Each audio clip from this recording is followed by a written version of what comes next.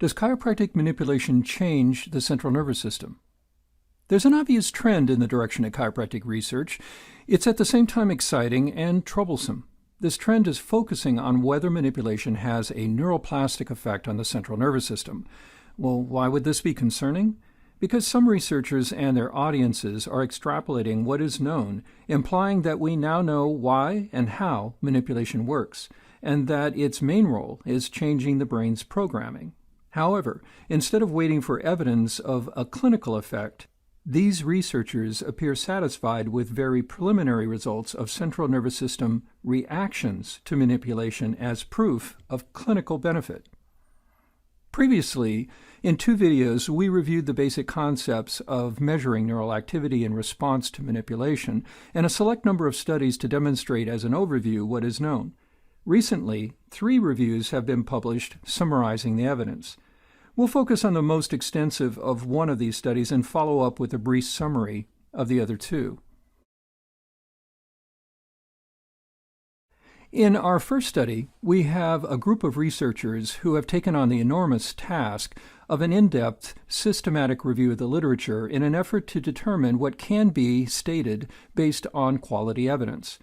It's entitled Unraveling Functional Neurology. Does Spinal Manipulation Have an Effect on the Brain? A systematic literature review published in Chiropractic and Manual Therapies in 2019.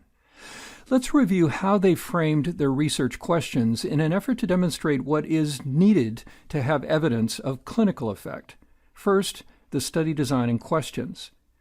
Included studies had to either compare manipulation to a sham or an inactive control or another physical stimulus.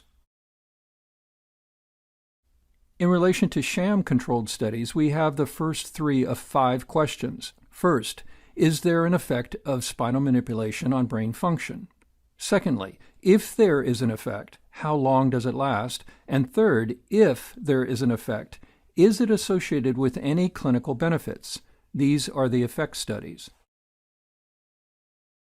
In relation to other controlled studies using an inactive control or another physical stimulus, we have the final 2 questions measuring differences.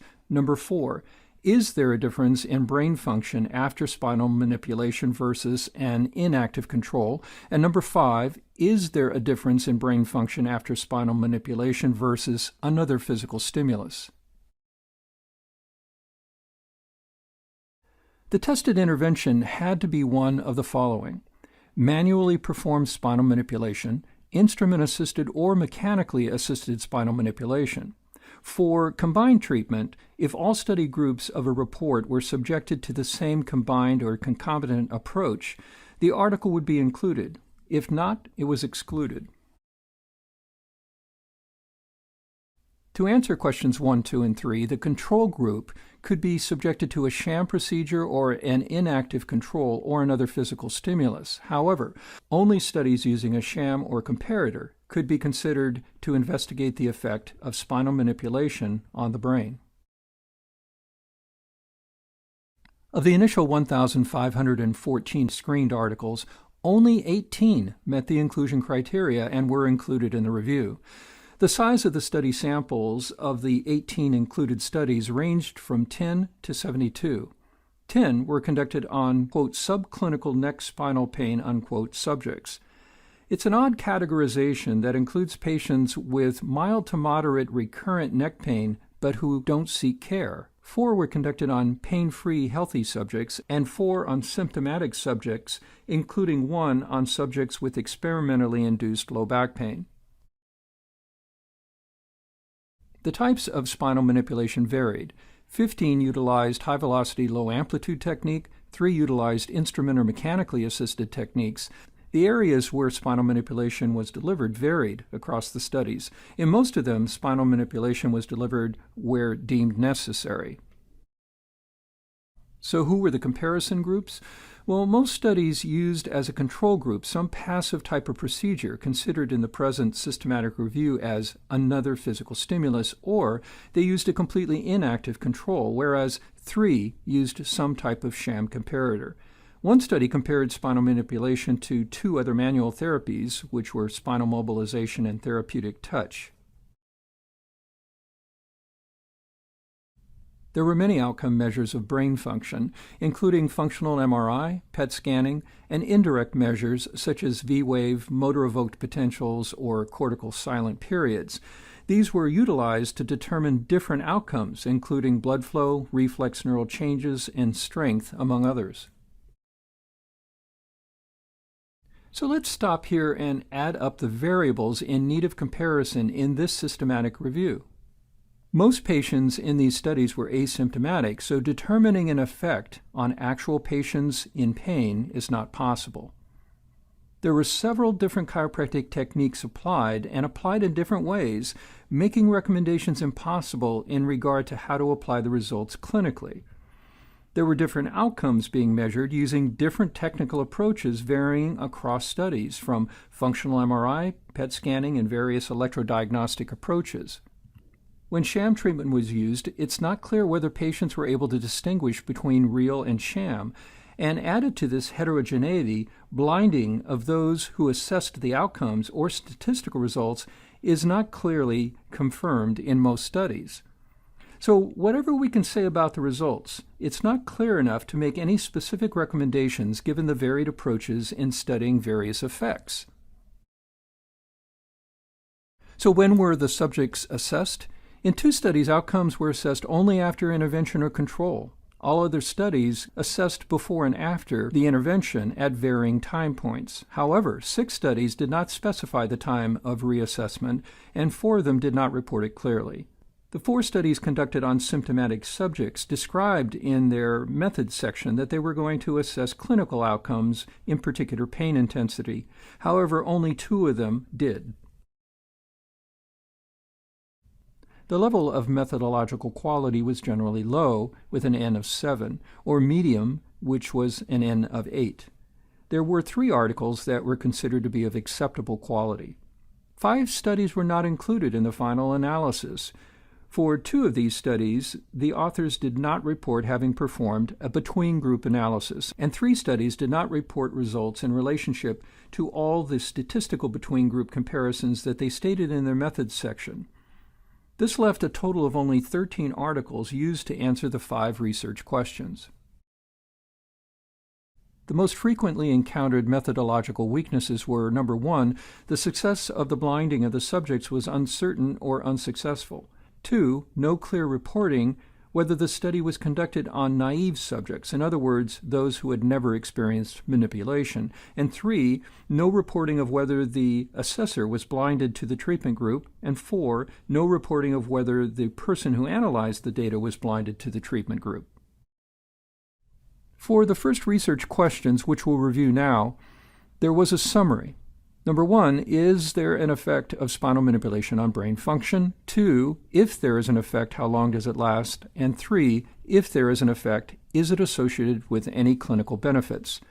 Their conclusion was, quote, 3 studies reported a transient, immediately to about 20 minutes post-intervention effect on brain function of various types after spinal manipulation versus a sham comparator in symptomatic subjects and in subclinical neck and spinal pain subjects.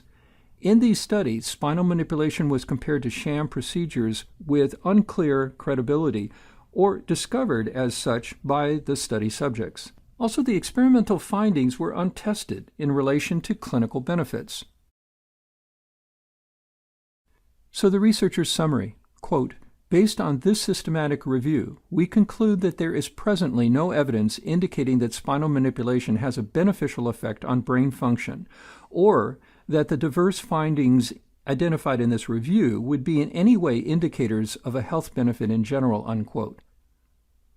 It is therefore premature for authors of this type of research to promote clinical benefits. And now a brief summary of the other 2 reviews. First, published in the Journal of Integrative Medicine in 2019, is Spinal Manipulation Therapy. Is it all about the brain? A current review of the neurophysiological effects of manipulation. Their summary, quote, the body of literature reviewed herein suggests some clear neurophysiological changes following spinal manipulation, which include neuroplastic changes, alteration in motor neuron activity, increase in cortical drive, and many more. However, the clinical relevance of these changes in relationship to the mechanisms that underlie the effectiveness of spinal manipulation is still unclear. In addition, there were some major methodological flaws in many of the reviewed studies, unquote. And the second review, published in Spine in 2019, was entitled Neurophysiological Effects of High-Velocity and Low-Amplitude Spinal Manipulation in Symptomatic and Asymptomatic Humans, a Systematic Literature Review. Their conclusion, quote, this systematic review points to HVLA-SMT affecting the autonomic nervous system. The effects seem to depend on the spinal level of application and might differ between healthy volunteers and pain patients. There is a need for high-quality studies that include patients, well characterized for pain duration and outcome measure baseline values, and address the relation between changes in neurophysiology and pain, unquote. Research and researchers, once considered by some in our profession as unnecessary and even dangerous for chiropractic, have now found a willing audience. As a result, some researchers have reached a rock star status in our profession. Well, why the change? Because they're providing what practicing chiropractors have always wanted, what appears to be proof that what we do is beyond pain relief and, in fact, enters the realm of brain manipulation, where we affect the actual wiring of important brain centers, and that then holds the promise of prevention and treatment of a vast variety of diseases and disorders.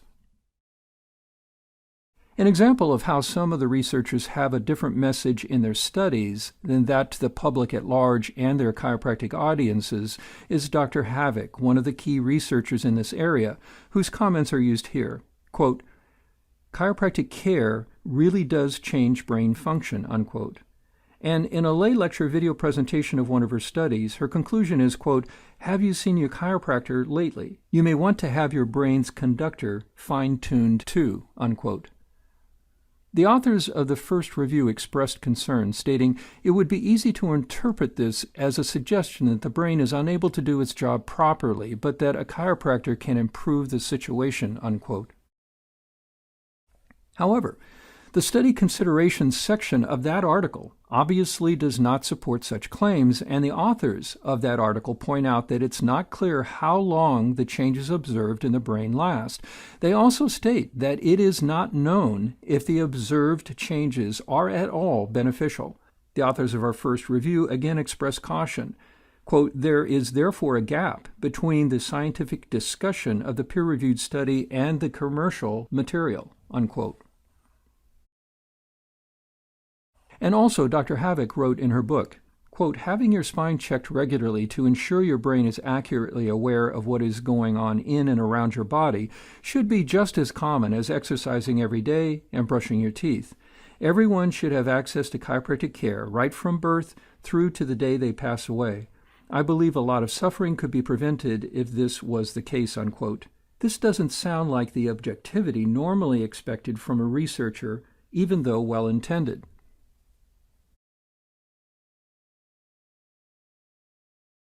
When researchers discover a path to professional recognition, again, we must worry about the objective component of interpretation.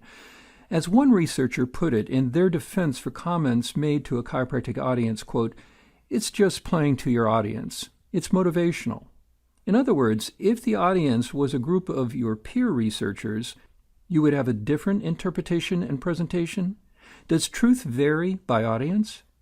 What is clear is that the conclusions in some of the researchers' articles do not match their presentation of the same findings when the audience is less inquisitive about scientific method.